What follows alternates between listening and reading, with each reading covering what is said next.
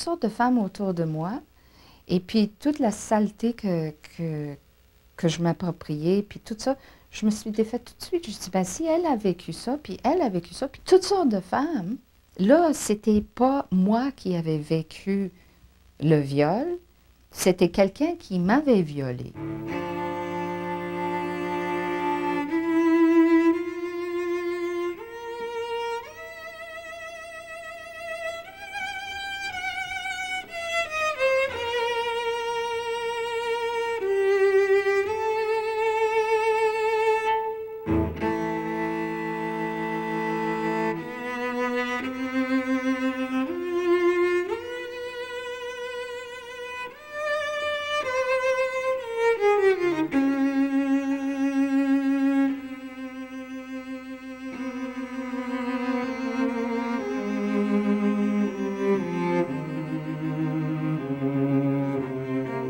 Heureusement, on peut s'en sortir. Il faut en parler, faire sortir la colère, la honte, la peur et la peine qu'on a gardée à l'intérieur. C'est un grand soulagement de le dire tout haut, de se libérer d'un secret qui nous étouffe depuis trop longtemps. Certaines ressources existent, les groupes communautaires, les centres d'aide, les centres de santé, ou encore un membre de la famille, ou toute autre personne de confiance. Le bottin téléphonique peut être un outil utile pour trouver la ressource qui nous convient. Peu importe le moyen choisi, l'important, c'est d'en parler. Finalement, la violence faite aux femmes, c'est aussi leurs enfants et leur entourage qui en paient le prix.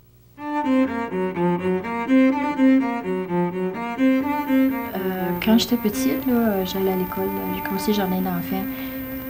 Mais ça a amené beaucoup de confusion dans mon esprit parce que je savais pas quel des deux qui était plus dommageable. La religion a rentré dans l'affaire de la sexualité en même temps.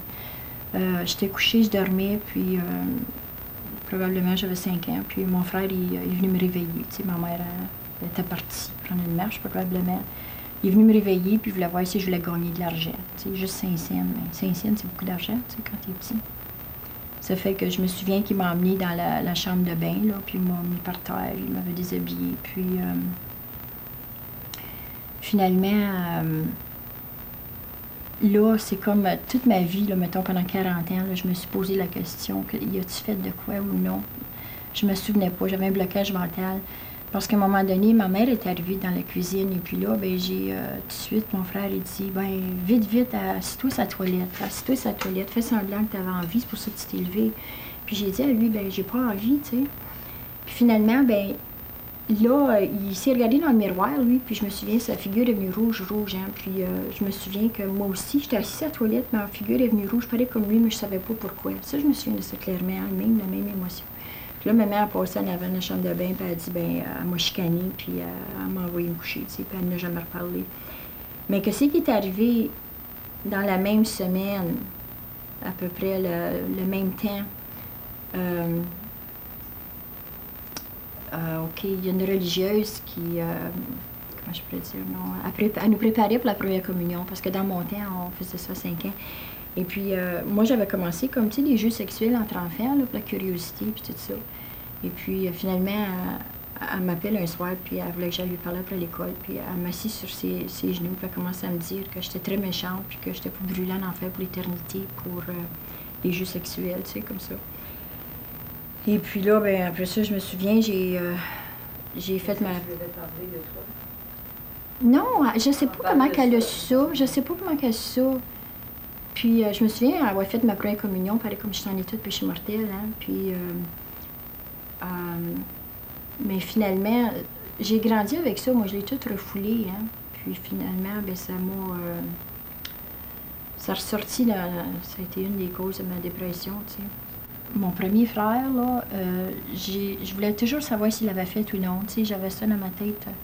Puis 40 ans après, je suis allée faire un tour de bicyclette avec lui, puis j'ai osé lui demander. J'ai demandé s'il s'en souvenait, il a dit oui, puis je pensais, moi, t'as déjà pensé que ça avait une part à jouer dans ma dépression? Ben il dit non, puis c'est là qu'il a commencé avec la fameuse réincarnation.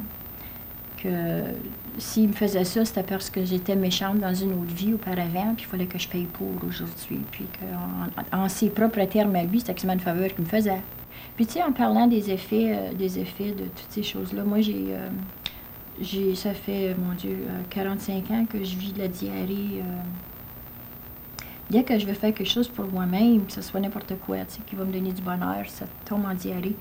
Puis, je suis sûre que c'est connecté au fait que mon frère, il m'a dit, après, va t'asseoir sur la toilette, fais semblant que tu as envie. Puis là, je lui ai dit, j'ai pas envie.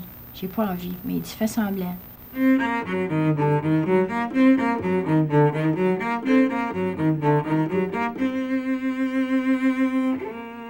J'ai jamais accepté, oh, puis ça c'est vrai, j'ai jamais accepté que c'était de cette façon-là qu'on est né. C'est à cause de l'acte sexuel qu'on a pris forme. Et puis, parce que je me souviens, quand j'ai commencé mes menstruations, ma mère ne m'avait pas dit rien d'ailleurs. Et puis, ça, j'étais bien traumatisée avec ça parce que je pensais que c'était le bon Dieu qui me punissait, hein, que j'étais pour mourir. Et puis, c'était parce que j'avais été méchante quand j'avais 5 ans que là, il me punissait. Puis,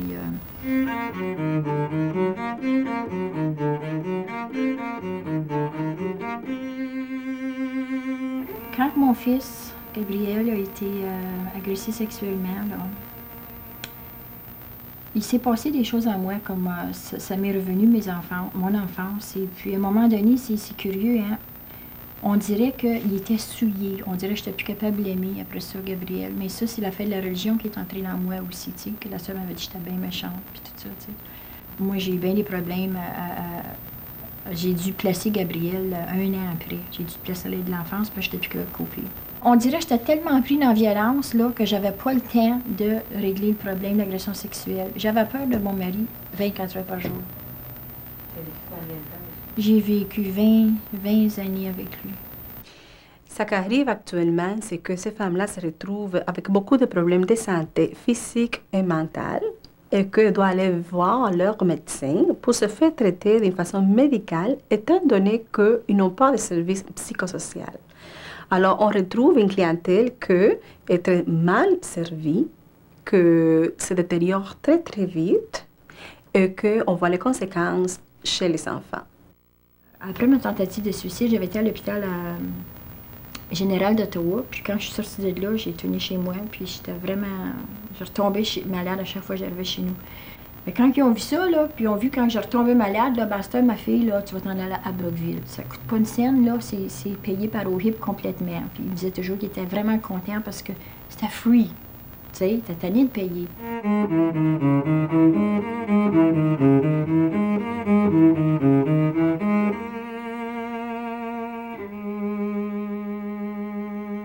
Mon oncle Paul, là, c'est parce qu'il a abusé du fait que j'étais déjà en dépression puis que je prenais 30 médicaments par jour. Il a abusé de ça parce qu'il s'est dit « Oh, elle s'en souviendra jamais. Voyons donc, elle est malade. » C'est quoi le sentiment qu'il y a? Bien, je suis révoltée parce que j'ai pas été capable de me défendre. Si une femme agressée vit dans une région où il n'y a pas de service, elle risque souvent de se faire prescrire des tranquillisants pour qu'elle se calme les nerfs. Certaines femmes ont même été hospitalisées ou carrément envoyées en institution psychiatrique.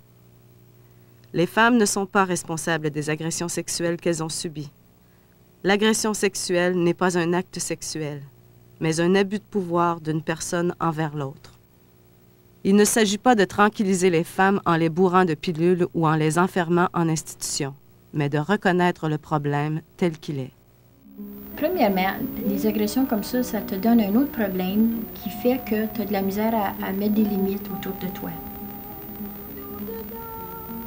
C'est comme tu laisses les autres prendre avantage de toi, tu laisses les autres t'abuser. Ça devient verbal, que ce soit n'importe comment, tu as tellement une petite opinion de toi-même que peut-être les autres gens le perçoivent ça dans toi, puis automatiquement, ben ah oui. Et puis quand tu élèves des enfants, ben Seigneur, là, tu as besoin des limites, d'avoir beaucoup de limites quand tu élèves des enfants. Ça fait que si tu as un background comme ça, c'est un fiasco. Et je suis pliée en deux, la tête prise dans les barreaux.